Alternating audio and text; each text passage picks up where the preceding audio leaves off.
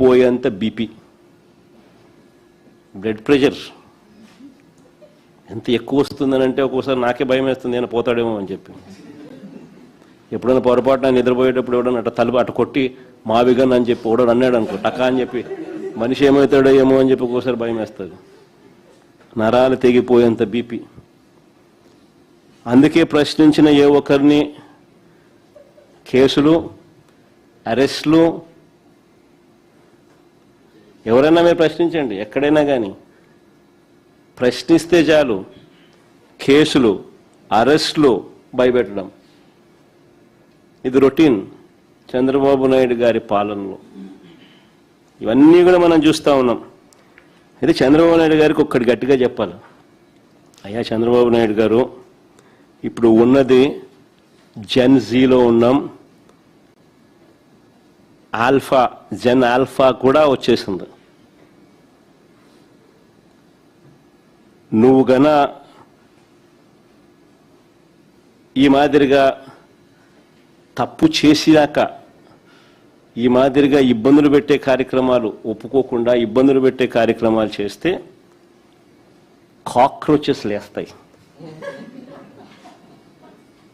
గుర్తుపెట్టుకో చంద్రబాబు అని చెప్తా ఉన్నా.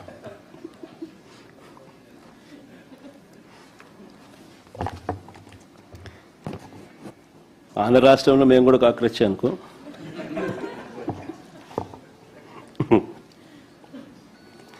ఇన్ని ఆధారాలు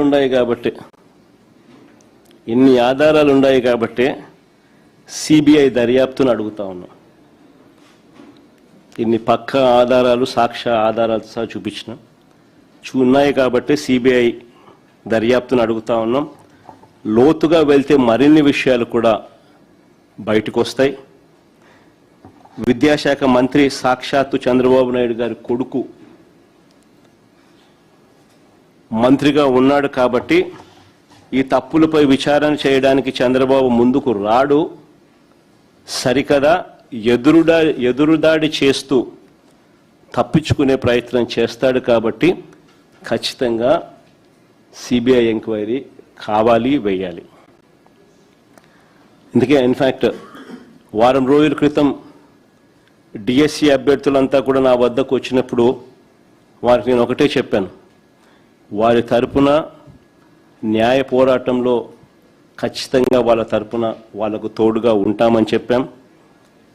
ఒకవేళ అప్పటికీ కూడా వారికి న్యాయం జరగకపోతే మేము అధికారంలోకి రాగానే ఒక కమిషన్ వేస్తాము, రీవెరిఫై చేస్తాము, అన్యాయం జరిగిన వారికి న్యాయం చేస్తాము, తప్పు చేసిన వారిని ఖచ్చితంగా శిక్షను కూడా శిక్షిస్తాము అని కూడా ఇంతకుముందే నేను చెప్పా. ఇన్ఫ్యాక్ట్ రేపు రాష్ట్ర వ్యాప్తంగా నియోజకవర్గ స్థాయిలో వైఎస్ఆర్ కాంగ్రెస్ పార్టీ ఆధ్వర్యంలో చంద్రబాబు గారి 2 ఏళ్ల వెన్నుపోటు పాలనపై నిరసన ర్యాలీలు రాష్ట్ర వ్యాప్తంగా కూడా ప్రతి కాన్స్టిట్యున్సీలోనూ ప్రతి నియోజకవర్గంలోనూ నిరసన ర్యాలీలు నిర్వహిస్తూ ఉన్నాం. దగాపడ్డ రైతులు, దగాపడ్డ మహిళలు, దగాపడ్డ పిల్లలు, ఇలా దగాపడ్డ ప్రతి వర్గాన్ని కూడా కలుపుకుంటూ రేపు ప్రతి నియోజకవర్గ స్థాయిలో ర్యాలీలు నిర్వహించమని చెప్పి అంగీభావంగా దగాపడ్డ రైతులు, దగాపడ్డ మహిళలు, దగాపడ్డ పిల్లలు, దగాపడ్డ నిరుద్యోగులు, యువతకు నెల 3,000 ఇస్తానన్నాడు సూపర్ 6, సూపర్ 7 హామీల్లో. నెల 3,000 గత దేవుడు ఎరుగు. వాళ్ళకి రైట్ఫుల్గా రావాల్సినట్టుగా చేయాలి అని చెప్పి 2 ఏళ్ల వెన్నుపోటు పాలనపై నిరసన ర్యాలీలు గట్టిగా